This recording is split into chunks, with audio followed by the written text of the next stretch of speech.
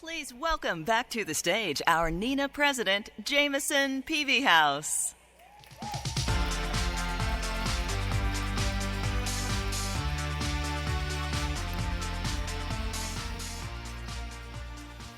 Good afternoon.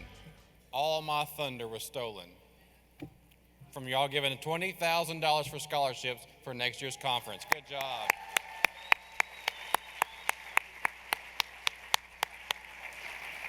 I would like to welcome you today to our board installation lunch and our keynote speaker with Vin Zhang, the magician who proves that anything is possible. Thank you again for making it possible today for telecommunicators and Friends of 911 to send folks to the conference next year. I've spoken with the scholarship winners this year, and they are so appreciative of the work that you've done. We're going to wait for the teleprompter.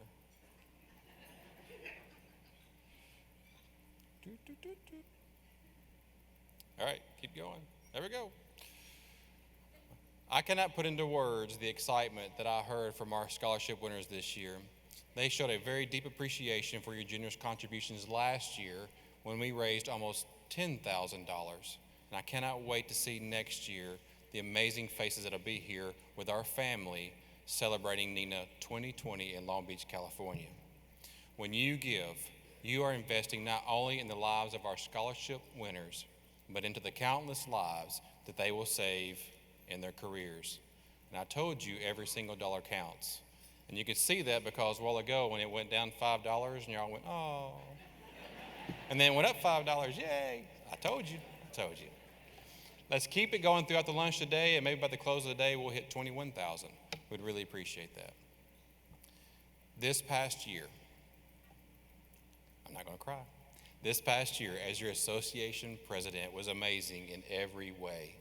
And it has been an absolute honor to represent NENA at a time of incredible growth and technological advancements. And growth is always good. But our commitment is to ensure the greatest area of growth for NENA is always in the relationships with you, our members. This year's challenge coin had 3 words listed on the front of it. 3 areas where we were all keenly focused: commitment, collaboration, and compassion. 3 little words, 1 huge promise. From our incredible staff, from over the 600 volunteers in NENA, and from every single board member, we have worked aggressively to ensure that NENA is investing in our culture, focused on a commitment to, collaboration with, and compassion for our entire 911 family. History has taught us that cultural change begins with the tenacity of a singular person. Many of you have shared that you personally are taking the same promise back to your people. During the opening session, I challenged you to make a commitment to wellness, post it, and then come find me. And I told you I would give you the first 50 coins. 161 coins later, sorry, hon. 161 coins later, 161 commitments later, and you still continue to amaze me. I'm out of coins, but if you would like one, pick one up on your way out at the store. They'd be happy to sell you one. But I want to encourage you, when you get back to your offices and you want to push forward with your commitments and you start to get the pushback, and when things don't move as fast as you want, or when it seems you're the only one that cares, stay the course. Every leader in history seems to have a token phrase or thought that outlives their tenure. Franklin D. Roosevelt was one of those. He spent a life battling not only the effects of debilitating polio, but also the enemies of humanity. I am sure he is best known for his "the day which will live in infamy" speech. However, during the very last breaths of his life, his thoughts were not about the struggle of humanity's past, but the promise of a more humane future. FDR was found at his desk, passed away, with a handwritten message penned in his final moments of life. The only limits to our realizations of tomorrow will be our doubts of today. Our deepest fear is that we are inadequate and we are not talented enough to attempt any task. The truth is, we are more powerful than we can imagine. When you affect the mindset of your leaders, then you will affect the culture of our entire industry.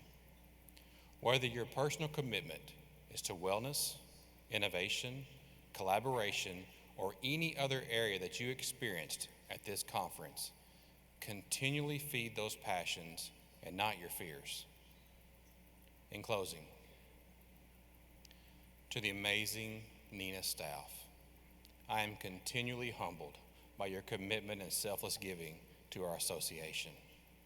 My life is better because I had the chance to work alongside you.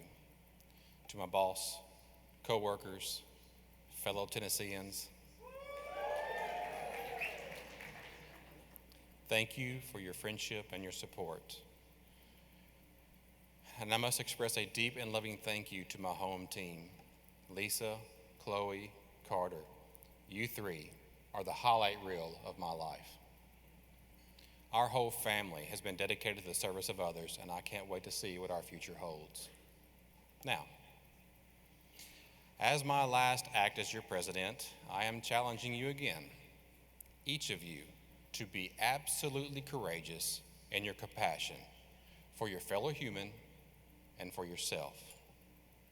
It is my fervent wish and prayer that when your shift is too long and the calls become too difficult and the stress exceeds your abilities to cope and the equipment fails or the incident becomes just too big and you feel like that you are standing the gap alone, I pray that grace will carry you through and that you will remember you are part of a bigger family and you are never, ever alone.